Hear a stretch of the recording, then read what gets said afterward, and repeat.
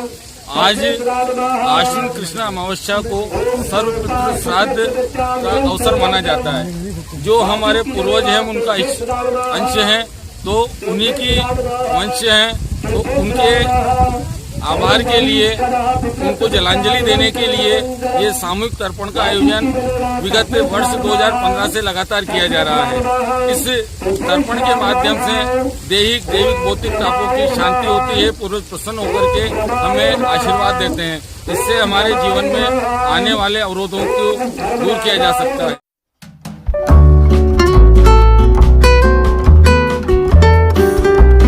दोस्तों नमस्कार, मैं हूं कवि प्रदीप पंवार। आप सबका चाय पे चर्चा में स्वागत है। आज चाय पे चर्चा जब होने जा रही है, श्राद्ध पक्ष का जो पर्व है वो आ रहा है। उसे पर्व कहता हूं मैं क्योंकि वो पूर्वजों के लिए समर्पित पर्व है। वो हमारे उन व्यक्तित्वों के लिए जो इस दुनिया से चले गए, पर उनका आशीर्वाद हमारे साथ है।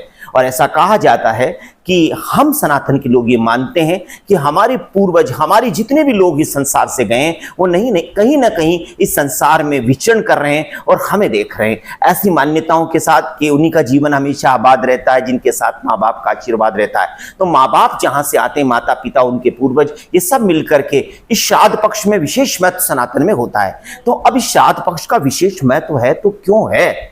इस बात को, इस श्राद्ध पक्ष पे जितनी भी बातें हैं या जो हमारे अंदर जो जानने की जिज्ञासाएं हैं, इनका समाधान करेगा कौन? तो आइए एक ऐसे व्यक्तित्व से हम आपकी आज चाय पे चर्चा पे मुलाकात कराने जा रहे हैं, जिन्हें हम क्रांतिकारी कहते हैं, क्रांतिकारी पंडित कहते हैं। इसलिए क्रांतिकारी पंडित कहते हैं क्योंकि वो समाज में परिवर्तन की दिशा में कार्य करते हैं।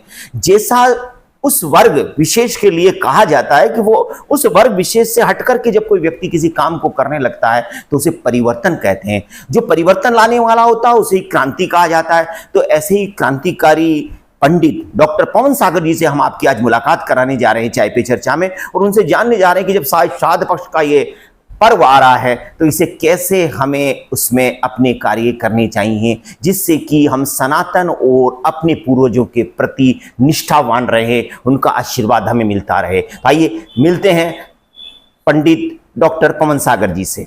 चाय पे चर्चा में आपका स्वागत है। धन्यवाद भाई साहब। हमारे साथ में हैं पंडित डॉक्टर पवन सागर जी।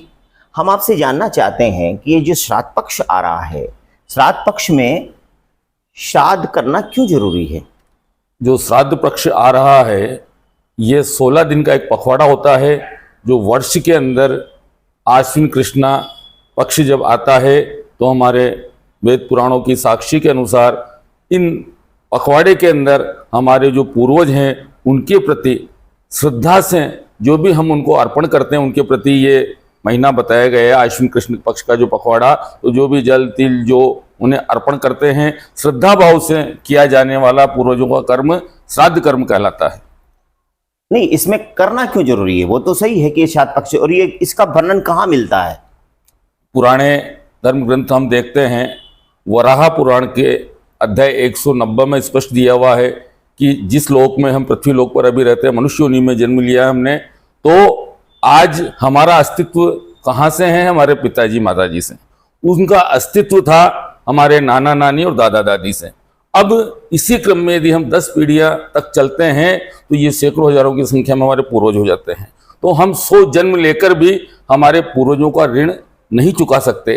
केवल और केवल श्राद्ध पक्ष ऐसा माध्यम है, इनके साथ जो हमारी दिवंगत आत्मा है, मृत आत्माएं जो हमारे पूर्वज रहे हैं, उनको हम जल से, तिल मिश्रित कुशा आदि से, चावल आदि से जो भी जल अर्पण करते हैं, उस जल को अर्पण करने से वह इस भवसागर से तर जाते हैं, उनकी आत्मा प्रसन्न होती है। इसीलिए इसका शाब्दिक अर्थ तर्पण कहा जाता है। नहीं, श्राद्ध पक्ष जो आता है और श्राद्ध जब किया जाता है अपने पूर्वजों का, और उसमें तर्पण जो किया जाता है, इससे जो व्यक्ति करता है उसको क्या फल मिलता है? उसको अपने पूर्वजों का आशीर्वाद मिलता है, दैविक भौतिक तापों की शांति होती है, और घर में जैसे कई बार किसी के पितृदोष हो, पूर्वजों का दोष हो, तो उसके कार्य व्यवसाय में, वंश बढ़ने की परंपरा में, या अन्य कई जीवन में आने वाले जो अवरोध आते हैं, तो हमारे पूर्वजों के आशीर्वाद से उन अवरोधों को दूर किया जाता है। इसीलिए श्राद्ध पक्ष आता है, क्योंकि जो हमारे पूर्वज चले गए, जिस तिथि को गए हैं, जो हमारे संवत्सर विक्रम संवत के पर्व के अनुसार जो हमारी 16 तिथियां बताई है, एकम से लेकर चतुर्दशी और कृष्ण पक्ष की अमावस्या, शुक्ल पक्ष की पूर्णिमा, ऐसे 16 तिथियां बताइए। तो इस तिथियों में से जो व्यक्ति जिस तिथि को गया है उसी दिन उसका श्राद्ध किए जाने का विधान है।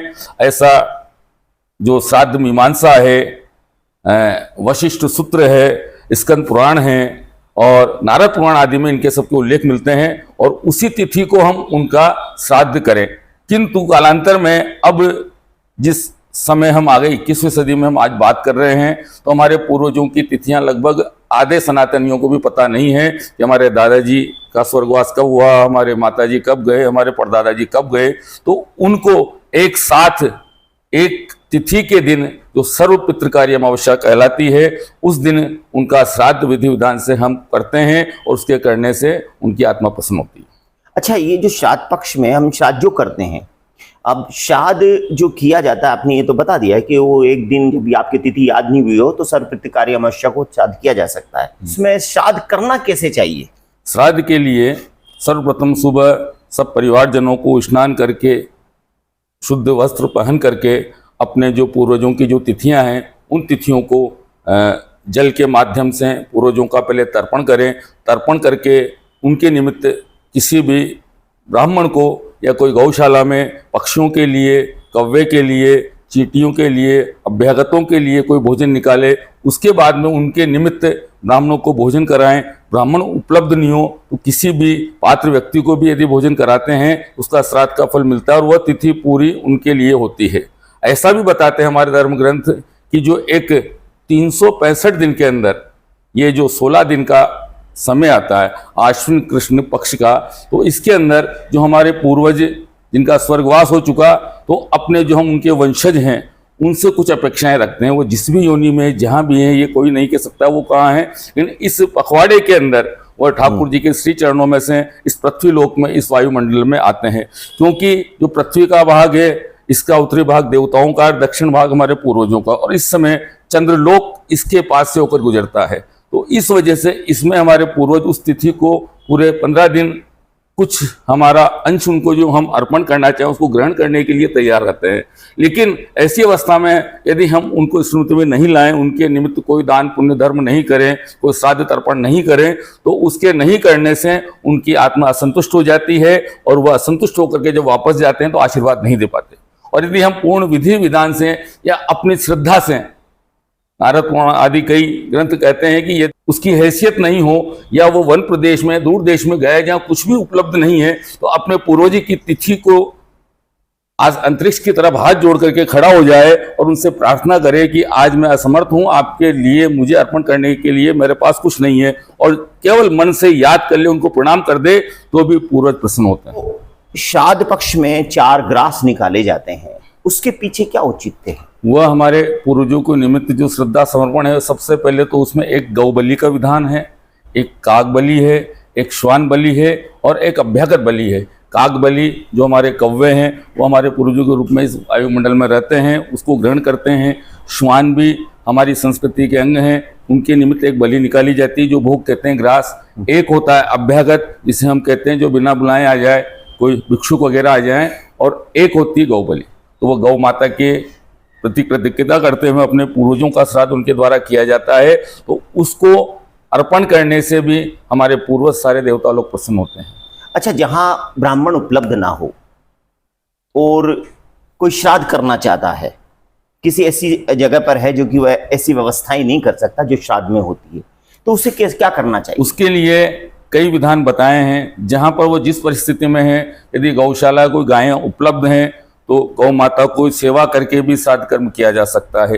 पक्षियों के लिए चुगा, ज्वार, बाजरा डालकर भी श्राद्ध किया जा सकता है। कोई दीनहीन, गरीब, अनाथ ऐसे लोग हैं जो उसके पात्र हैं, दान को ग्रहण करने के लिए जिनकी स्थिति होती है, जो इस दान को ले लेते हैं, ऐसे लोगों को कहीं पर, किसी भी देश में, किसी भी स्थान पर अपने पूर्वजों की तिथि को उनको कुछ भोजन, कुछ वस्त्र आदि जो उसकी श्रद्धा हो वो उनको अर्पण करते हैं। तो इससे ये श्राद्ध अपने पूर्वजों के प्रति पहुंचता है। अच्छा, तिथि याद नहीं हो तो सर्वपितृ कार्य अवश्य करना चाहिए उसका। क्या कहते हैं? किसी को तिथि याद नहीं होती तो सर्वपितृ श्राद्ध अमावस्या जो आश्विन कृष्ण पक्ष में आती है उसके अंदर इनका श्राद्ध तर्पण करना चाहिए, क्योंकि वह सर्वपितृ श्राद्ध होता है। द्वितीया, अष्टमी, नवमी, द्वादशी तिथियां याद नहीं हो तो उस दिन वह सबके लिए ग्राह्य है। उस सर्वपितृ कार्य अमावस्या को आप पूरे सभी समुदायों को बुला करके और बनास नदी के तट पर ये सामूहिक तर्पण का कार्य कराते हैं, उसके पीछे क्या उद्देश्य, कैसे कराते हैं आप?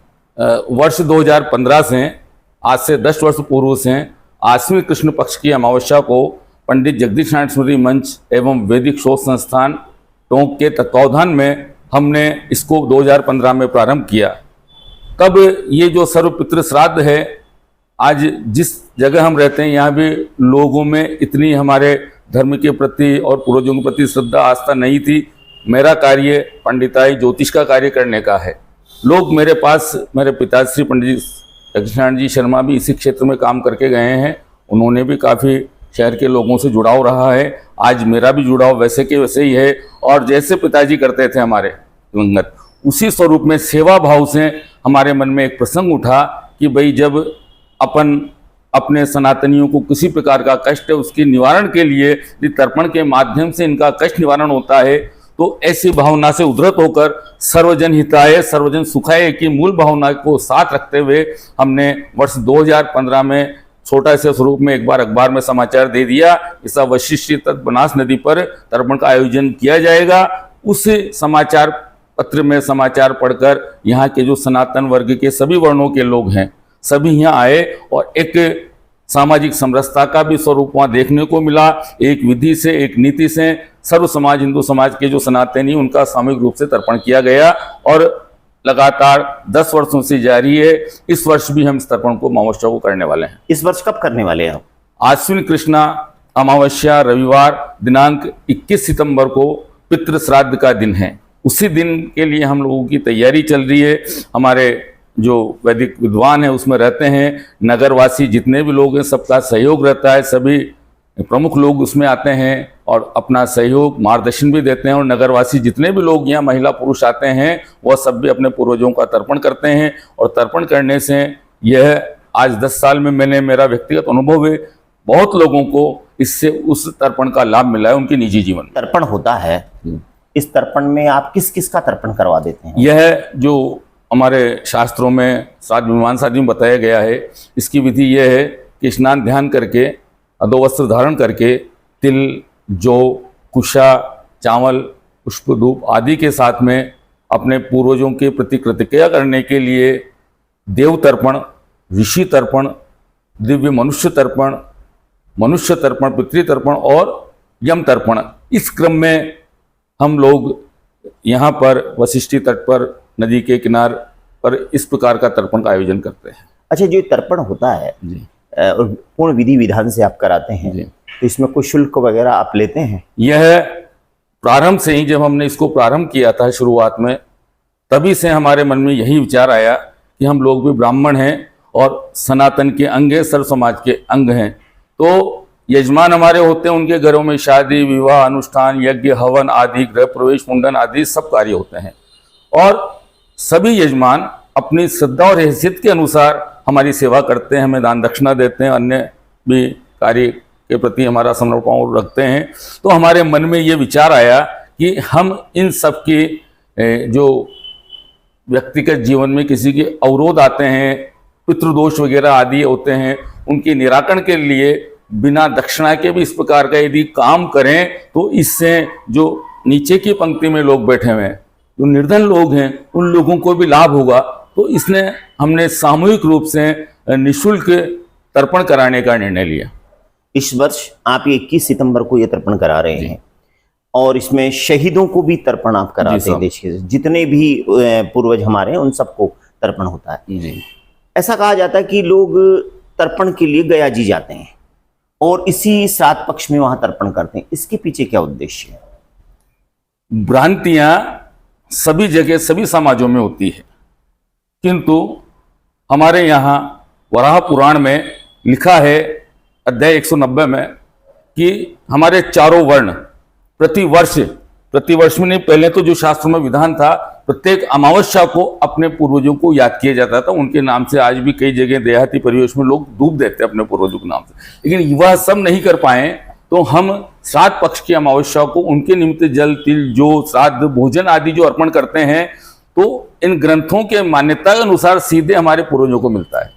हमारे पूर्वज, हम कहते हैं कि भाई ये किसके अंश है, परमात्मा का अंश है, तो मृत्यु के बाद परमात्मा की शरण में वो चले जाते हैं। तो जिस तिथि जिस वार को हम उनका श्राद्ध निकालते हैं, उनका तर्पण करते हैं, तो जो वो ईश्वर के साथ रह रहे हैं परमात्मा, तो वो उन पे लागू होता है। अब ये भ्रांतियां हैं, कहते हैं कि साहब गया श्राद्ध कर आया, ब्रह्म कपाली जाए, उसके बाद तर्पण नहीं करें, श्राद्ध नहीं करें। उसमें उसके बाद एक तो भोजन निकालने का और एक पिंडदान करने का मना है। बाकी जो तर्पण होता है वो तो प्रत्येक व्यक्ति जो गया श्राद्ध कर लिया हो उसने, और जो ब्रह्म कपाली भी जाया हो उसके लिए भी तर्पण करना बहुत आवश्यक बताया गया है।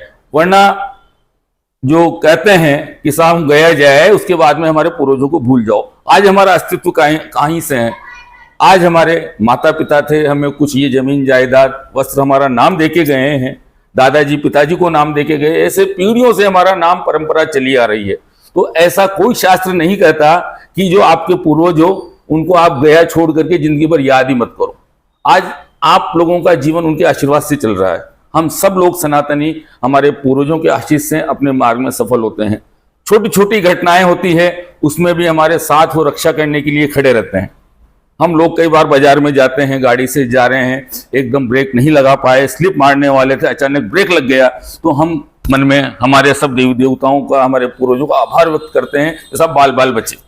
इस प्रकार की जो हमारे जीवन में आर्थिक परेशानियां हो, शारीरिक रोग आदि हो, उन सबके निवारण के लिए चाहे गया हो चाहे नहीं गया हो, उस प्रत्येक सनातनी को श्राद्ध के अंदर अपने पूर्वजों का श्रद्धा से तर्पण करना परम आवश्यक है। नहीं, श्राद्ध निकालना चाहिए कि नहीं निकालना चाहिए? श्राद्ध भोजन की थाली नहीं निकालें, किसी को खाना नहीं खिलाएं, लेकिन पक्षियों को चुगाए, गायों को चारा और पुण्य धर्म तीर्थ तर्पण यह जरूर करना चाहिए। इसे शास्त्रों में पितृ यज्ञ भी कहा जाता है।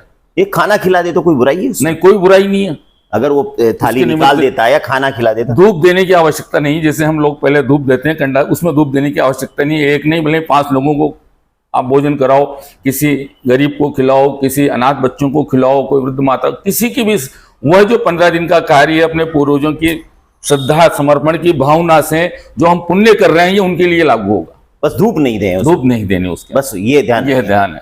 और यही पितृयज्ञ कहलाता है। अच्छा, ये पितृयज्ञ से ही कहा जाता है, इसे ही कहते हैं पितृयज्ञ। अच्छा, और उसके अगर कई लोग जाते हैं गया जी और वो खुद का ही श्राद्ध कर आते हैं वहां पर, इसके ये क्या औचित्य है इसका? ये खुद का श्राद्ध करने की स्थिति कालांतर में बनी है, प्रारंभ में नहीं थी, क्योंकि व्यक्ति को ये लगता है कि उसके बाद उसका वंशज, उसके बेटे पोते क्या पता किस स्थिति में रहें, तो हम ही हमारे हाथ से हमारा श्राद्ध कर दें, ये भावना रहती है। इसका एक कतिपय उदाहरण हम लोग राजस्थान में रहते हैं, हम सब सनातनी। हमारे राजस्थान में एक रिवाज और हम लोगों ने बचपन में आपने और हमने सबने देखा है कि जीवित मोसर यानी कि जिंदा आदमी का नुक्ता खुद किया करता था। उसी परंपरा के अनुसार लोकोचार के कारण लोग ऐसा कर लेते हैं। तो इससे ऐसा मतलब उचित है कि नहीं है? शास्त्र सम्मत तो उचित नहीं है, नहीं करना चाहिए शास्त्र, क्योंकि वो तो जब अभी हम शरीर रूप में विद्यमान है, जब हमारे प्राण शरीर से आत्मा से निकल जाएंगे तो ये शिव से शव हो जाता है। शिव हमारी आत्मा जब निकल जाएगी तो ये शरीर केवल शव रह जाता है, और शव रहने के बाद हमारे जो परिजन हैं, बेटे पोते रिश्तेदार अड़ोस पड़ोस मोहल्ले के, हम लोगों को दाह संस्कार करके आते हैं, तो पीछे मुड़ के देखते भी नहीं है। ये मोह माया है। और फिर जब 2-4 दिन होते हैं, 12 दिन पर अच्छा होता है, मिठाइयाँ बनती है, खाना खाते हैं, चाहे कितना ही प्रिय व्यक्ति गया हो, सब धीरे धीरे समय के साथ उसको भूलते जाते हैं। ये प्रकृति का चक्र है। इस पृथ्वी पर कोई स्थायी रूप से रहने नहीं आया। अश्वत्थामा, बलीर, व्यास, हनुमान, विभीषण और कृपाचार्य, इन्हीं को केवल अमृतत्व प्राप्त है। इसके अलावा हम जो मनुष्य योनि में आए सबको जाना है। तो अपने हाथ से जितना हम सत्कर्म हमारे पूर्वजों के लिए करते हैं, पितरों के लिए करते हैं, क्योंकि वही पूर्वज, वही पितृ देवताओं के साथ विद्यमान है, तो उसको देवता भी ग्रहण करते हैं, पूर्वज भी ग्रहण करते हैं।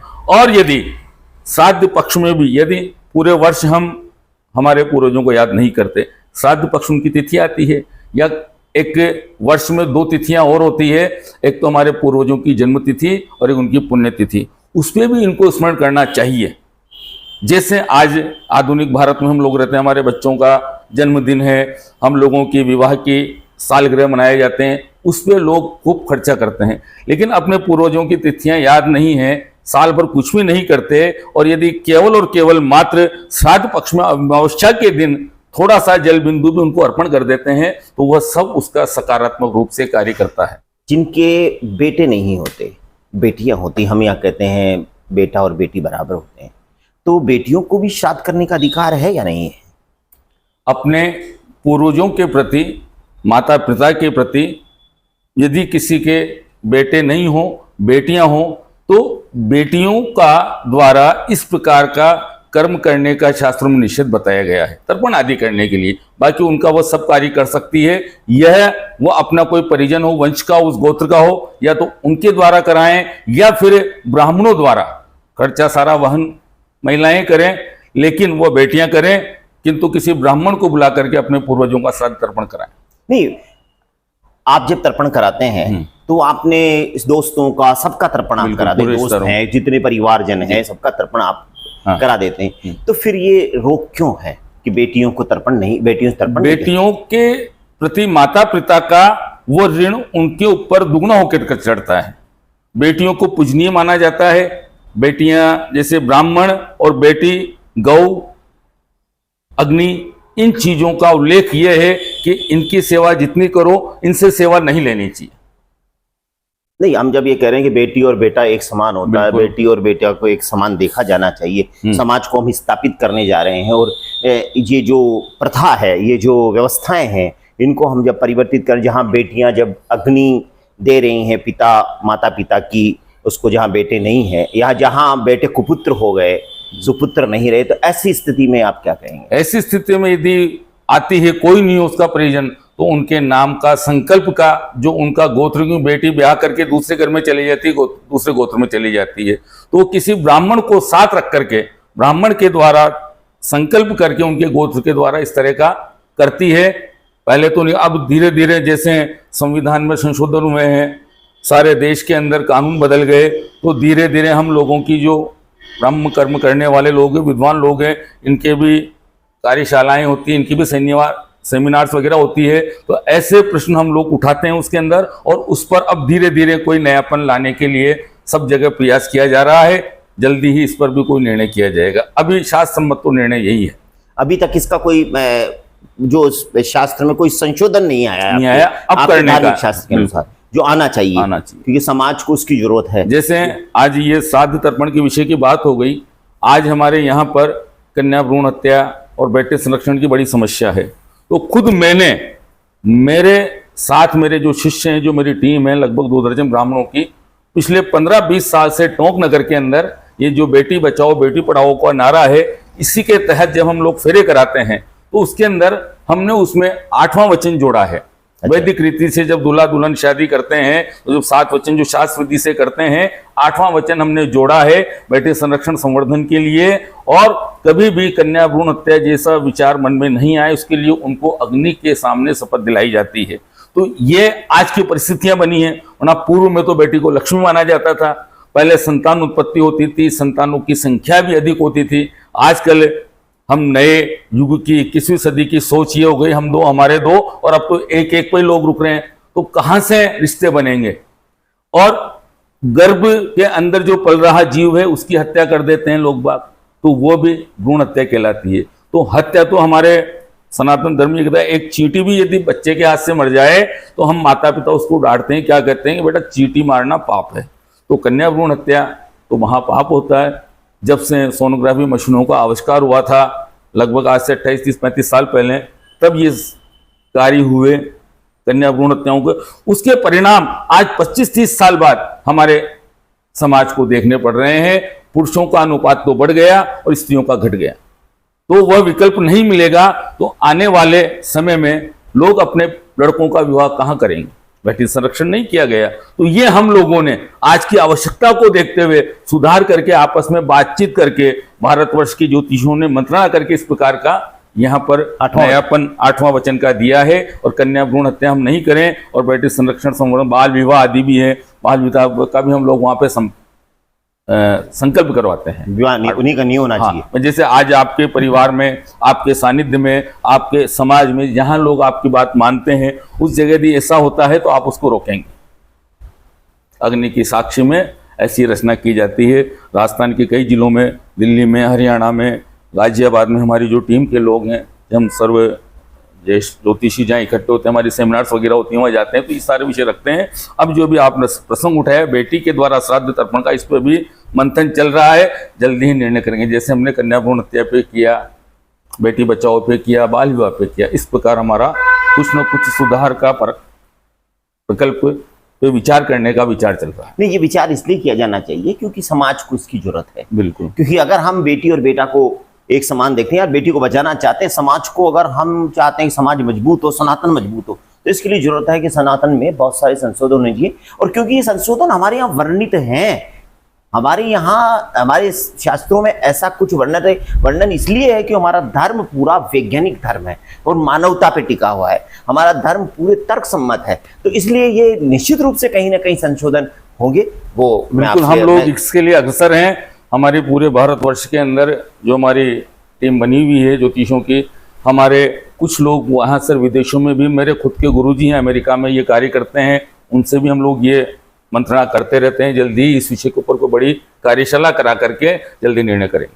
अच्छा, ये जो सर्वपितृ का अमावस्या आ रही है, जो आप 21 सितंबर को आ रही है, उस पर आप क्या कहना चाहेंगे टोंक के लोगों को, पूरे लोगों को, पूरे देश के लोगों को? सारे सनातनियों को यही हम हर साल उनसे आग्रह करते हैं, निवेदन करते हैं, क्योंकि आज जिसके कारण से हमारा अस्तित्व है वो हमारा पूर्वज थे। तो आप वर्ष में 365 दिन में से 364 दिन उनके निमित्त कुछ मत करो, लेकिन श्राद्ध पक्ष में एक दिन उनके निमित्त यदि हाथ जोड़कर कृतज्ञता से एक अंजलि जल जहां आप यदि वो चढ़ाते हैं तो उनको आशीर्वाद उनको मिलेंगे। इसलिए सर्व सनातन समाज इससे एक सामाजिक समरसता का भी हो, हमारे और व्यवस्था जो चली हुई है उसके अंदर सामाजिक समरसता का भाव उत्पन्न होता है। सभी वर्ग के लोग वहाँ आते हैं, बराबर एक विधि से एक जायजम पर उसी नदी के तट पर कार्य करते हैं।